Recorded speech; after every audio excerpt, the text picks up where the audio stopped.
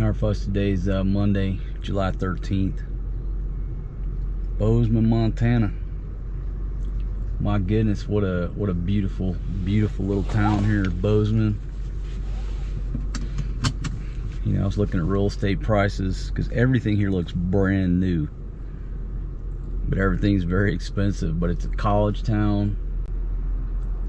You got all these little restaurants. I mean, if you just came here, you would say, hell, was this place built last month?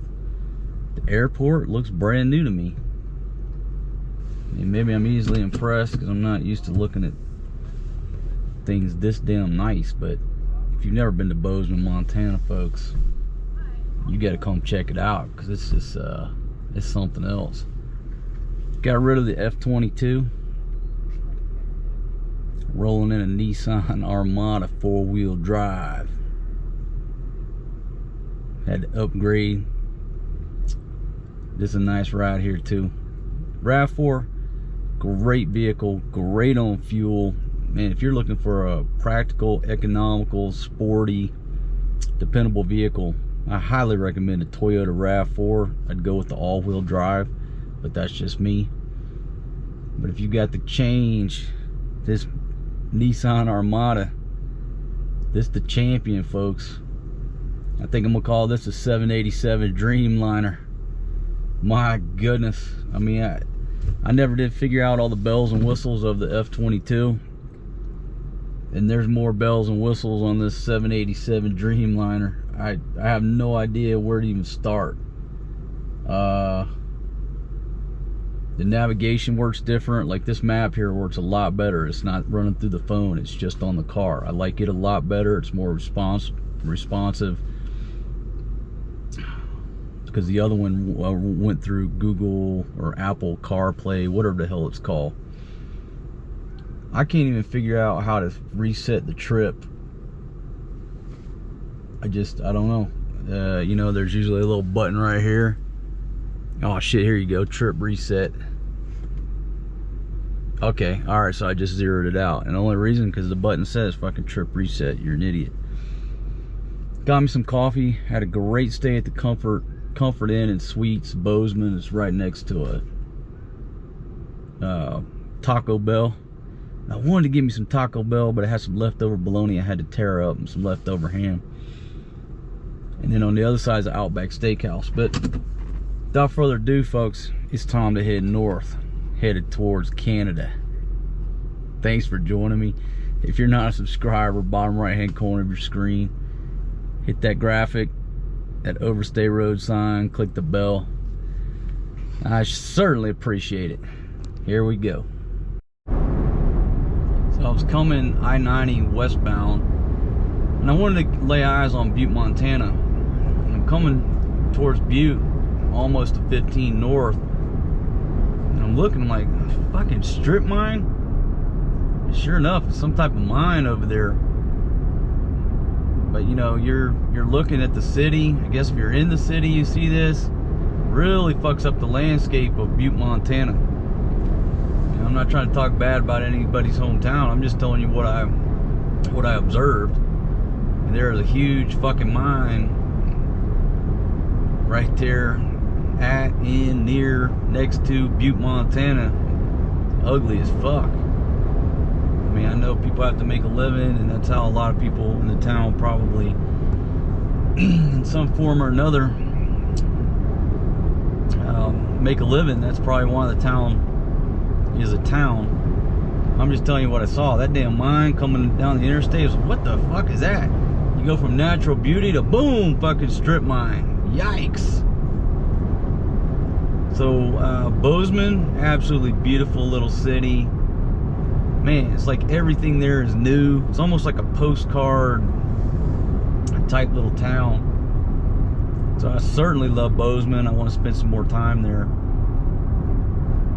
But, you know, just driving, laying eyes on Butte, that fucking mine is a serious eyesore. With that said, up on the mountain to the right, I kind of looked over and I thought it was Jesus up on the hill. I was talking to my buddy and he said, no, that's Mother Mary up on the hill. It was so far and I just caught a glance. I couldn't really tell what the statue was. But when I first glanced, I thought it was like, you know, Brazil, like, you know, Jesus overlooking the city. And I think he said that that statue is on the Continental Divide.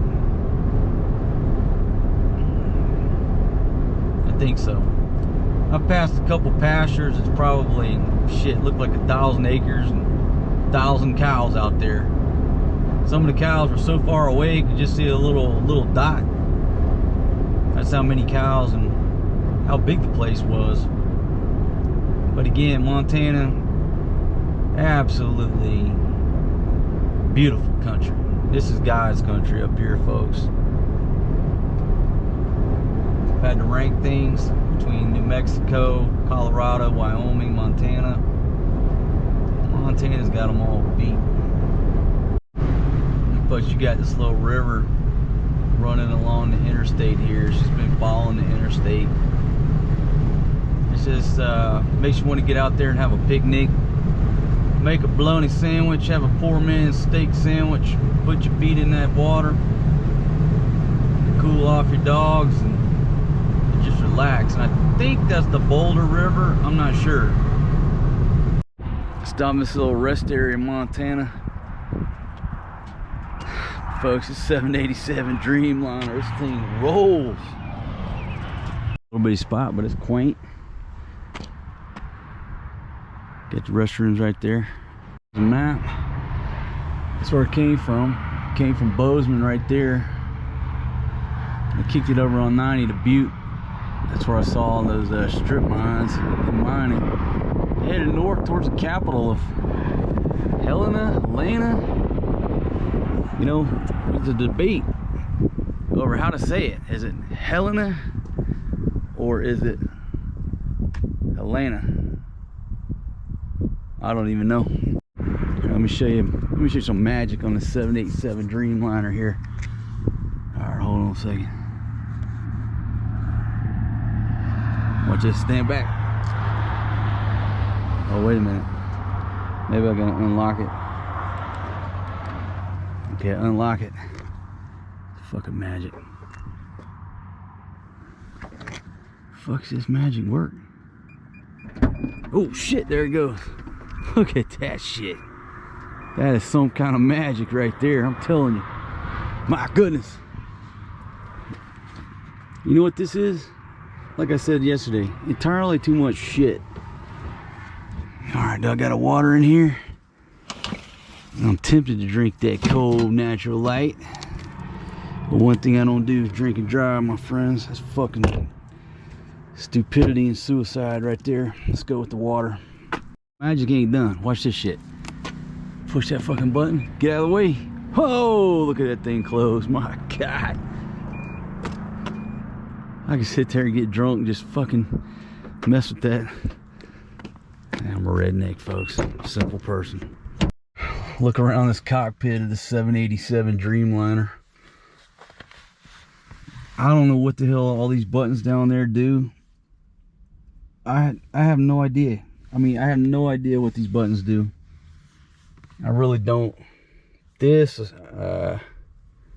sort of figured out. I think that's the cruise control. And push a button on this guy. Look at this stuff. I mean, this thing is it's just too many damn bells and whistles going on here. But check this out. This is so much bad to the bone. Nissan Armada. Look at that. That badass hat sitting back there. Plenty of room in this thing right here. Alright. Back to the filming. This thing right here is how I got this mounted. Been just mounted on that old shit bar, and that's where I'm shooting on this side, where on the F-22 it had this thing sticking up and I had it mounted back this direction.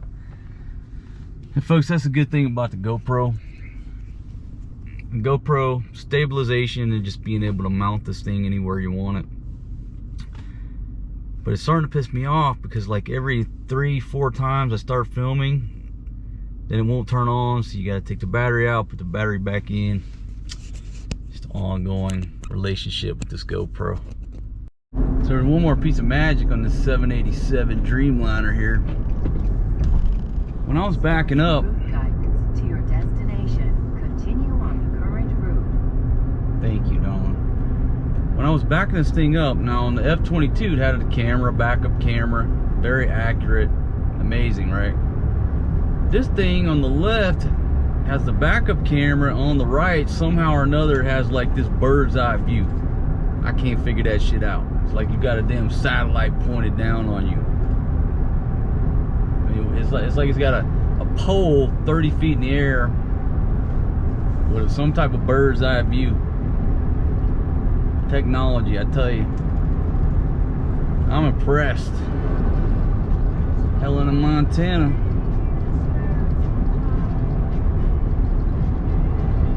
State History Museum next right. Okay, so apparently I pulled into like, well, you got Buffalo Wild Wings, Pizza Ranch, there's a Lowe's over there, Holiday Inn Express, all kinds of stuff going on here. I just wanted to get gas, and I'm gonna get in some traffic trying to get out of this mess. But I certainly did not want to wait. You know, when you're riding around up here in this part of the country, you don't want to drop down below a half tank of gas, I promise you. So we got the 787 fueled up. Get back on the road here. Helena's a pretty nice little area here. Everything's clean, nice, new, modern. Got restaurants, Lowe's. Got pretty much everything you need here.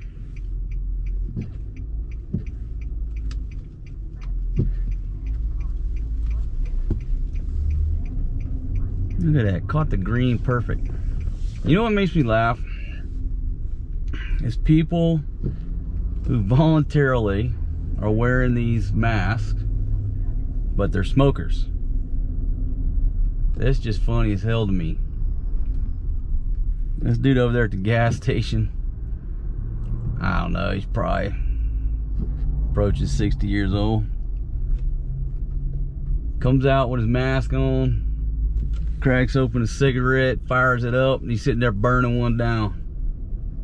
That don't make no sense to me, man. You know what I mean? You done got so scared up by Dr. Fauci and everybody else in the world trying to control your ass and program you. But you ain't scared of that damn cigarette pumping that toxic fumes into your lungs. You know, put that fucking mask on, go in there, you know, fucking do your social distance, come out, fucking slurp down, burn down half a pack of cigarettes like it was nothing. That don't make no sense to me, man. But that's just entertainment for guys like me watching you pull your fucking mask down so you can smoke, push it back up, fucking smoke coming out everywhere like fucking car a Cheech and Chong's riding in. Mask ain't gonna help you, bro. My God. Mask ain't gonna save you, people. You just fucking look ridiculous wearing that shit to guys like me. So you got this left turn lane here, but there's no arrow. It just goes to green, and you have to yield to this big long line of traffic back there. And they got all these red light cameras up around, so if you make one fucking mistake, you're getting a ticket in the mail. So only like 2, 3, 4 cars go. That's why this line of cars is here. Because everybody's scared to get out there because they don't want to get a fucking ticket. You know, you don't know whether to go, stop, get in the intersection, turn. There's no fucking arrow. Give me a fucking arrow so I know I can go. You know, you got these fucking red light cameras around. Watch me like a goddamn hawk. Just mess up this much, we're gonna charge you $100. Send you a ticket in the mail. I'm not down with that. We really need all these fucking red light cameras. Look at here. I'm gonna fucking go, because that's what I'm gonna do. That dude right there cut the right lane, so I'm going to the left lane. Fucking okay, so see now you turn left here, you got the arrow. No problem. I'll wait for the fucking arrow. I don't care about the red light cameras. Alright, I got the arrow, now it's my turn to go. But back there you just, it's like they almost set you up for failure so they can make money off of people running that red light. You get stuck out there in the middle because you're waiting, then it turns red, Then you go, boom, they got you. That's $100 out of your pocket, Jack. Pay up, motherfucker. I think they did that shit on purpose. If you need money, need revenue, how'd you do shit like that, you know? So this is orange, like DOT sign over to the right side of the road, out in the middle of nowhere. And it's flashing, right? I mean, literally, there's nothing else around. There's a sign out there that says avoid COVID-19, and then it flashes, and then it says wash your hands. Now, of all the fucking places to put that sign, right here at exit 216, I don't know who the fuck put that sign there. Belt Mountains, they're out there baling hay. Fresh bales out there in that field. Next 30 years. Yeah, next 30 years. I'm gonna settle all the scores. Folks, my next 30 years is gonna be the best. Finna crank it up, rock it out. Go jet flying, limousine riding, and women loving. My next 30, you think I'm slowing down? I ain't slowing down. Only thing I'm putting down is a motherfucking hammer. Missouri River, my friends, my goodness. Over to the right and the left side of the aircraft. Wow, that's a wide, beautiful river. My goodness. Shout out to the Missouri River. Not so many beers. Wait a minute. I'm gonna remember them. I don't know if I'm gonna slow down on that beer drinking. This old highway's getting longer. Seems there ain't no end in sight. Sleep would be best, but I just can't afford to rest. I got to ride in Denver tomorrow night. I done passed through Denver, Garth. I called the house, but no one answered. For the last 2 weeks, no one's been home. I guess she's through with me. To tell the truth, I just can't see what's kept the woman holding on this long. A worn out tape of Chris Ledoux. Lonely women and bad booze seem to be the only friends I've left at all. Things like the fish in the sea, I'm singing, follow me, everything is alright. I'll be the one to tuck you in at night. And if you want to leave, I can guarantee you won't find nobody else like me. Up on Dutton, Montana. You watch that series, Kevin Costner, Yellowstone. I think it's the Yellowstone Dutton Ranch, right? The Dutton, yeah, the Yellowstone Dutton, Yellowstone. I don't know if this is where that movie is supposed to be set. It was a little town of Dutton, Montana. Looks like just a farming community. Mountains way off in the background. But there you go, exit 313 off of Interstate 15. Dutton, 221 and 379. This little rest area near Dutton, Montana, north of Great Falls, Montana. And this is about the Montana missile field in the event of an attack. Okay, so I'm gonna read this to you. Tensions between the United States and the Soviet Union ran high during the Cold War. Both sides relied heavily on their nuclear weapons arsenal as deterrents to actual combat between the two superpowers. When the Soviets launched the first man-made Earth-orbiting satellite, Sputnik, in October 1957, it ushered in a new and deadlier phase to the Cold War, the use of intercontinental ballistic missiles, ICBMs, to carry nuclear warheads. This area is part of the Montana missile field, 23,500 square mile area that encompasses 9 Montana counties. At its height between 1967 and 2008, it contained 200 Minuteman missiles controlled by the 341st Missile Wing based at Mall, Malmstrom Air Force Base in Great Falls. In December 1959, the United States Air Force selected Malmstrom Air Force Base as the site of the country's first Minuteman missile field. It chose the state because of its high altitude, relatively flat terrain, and sparse population. Construction of the first missile silos, Alpha Flight, began in 1961 and was completed in October 1962, just in time for the Cuban Missile Crisis, when the U.S. and the Soviet Union came to the brink of nuclear war. By 1963, 3 missile squadrons were operational in Montana. Each squadron consisted of 5 flights of 10 missiles controlled by 15 launch alert facilities, manned 24 hours a day. The missiles are scattered over a wide area, each missile at least 10 miles from its nearest neighbor. In 1967, the U.S. Air Force activated a 4th squadron, the 564th, that encompassed this part of Montana. The 4 squadrons managed 200 nuclear warhead-tipped missiles in what was the largest missile complex in the world. The Strategic Arms Reduction Treaty, START, in 1991 decreased the number of missiles in the country's nuclear arsenal.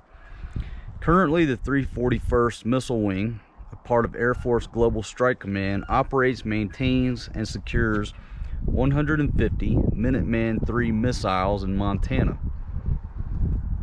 The 564th Missile Squadron was the 4th activated by the United States Air Force in Montana, nicknamed Deuce. The squadron was responsible for 5 Minuteman missile alert facilities and 50 nuclear missile silos northwest of Malmstrom Air Force Base in Great Falls. The unit originated as the 564th Bombardment Squadron during World War II, flying B-24 Liberators on missions in Central and Southern Europe. The U.S. Air Force reactivated it as an ICBM squadron in December of 1965, and it became fully operational in 1967. The 564th was the first squadron in Montana to receive the new Minuteman II missiles in 1967, and it upgraded to Minuteman III ICBMs by 1975. In 2008, the U.S. Air Force inactivated the 341st Missile Squadron and removed the Minuteman III missiles from their silos. So this one says currently operates, maintains 150 Minuteman III missiles in Montana, and then this says in 2008 it inactivated the 341st Missile Squadron and removed the Minuteman III missiles from their silos. So I'm confused. I have to research that, but there you go right there. So they were all over. All right, so we came from Great Falls right here, and we came on up, and we're somewhere right here in Dutton. So somewhere near where we're standing was Sierra-40, Sierra TAC 40, which is, I guess, a Minuteman III missile silo. So it's somewhere around me, folks. Got the flags flying up there. And it's a beautiful little rest stop here in Montana. There was a couple of trucks here when I first came in. They left. I'm the only dude here now. Only game in town.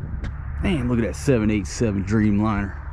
We've been doing 80 mile an hour up through there, which is the speed limit. It's a nice little rest stop here. If I had some bologna, I'd have a picnic.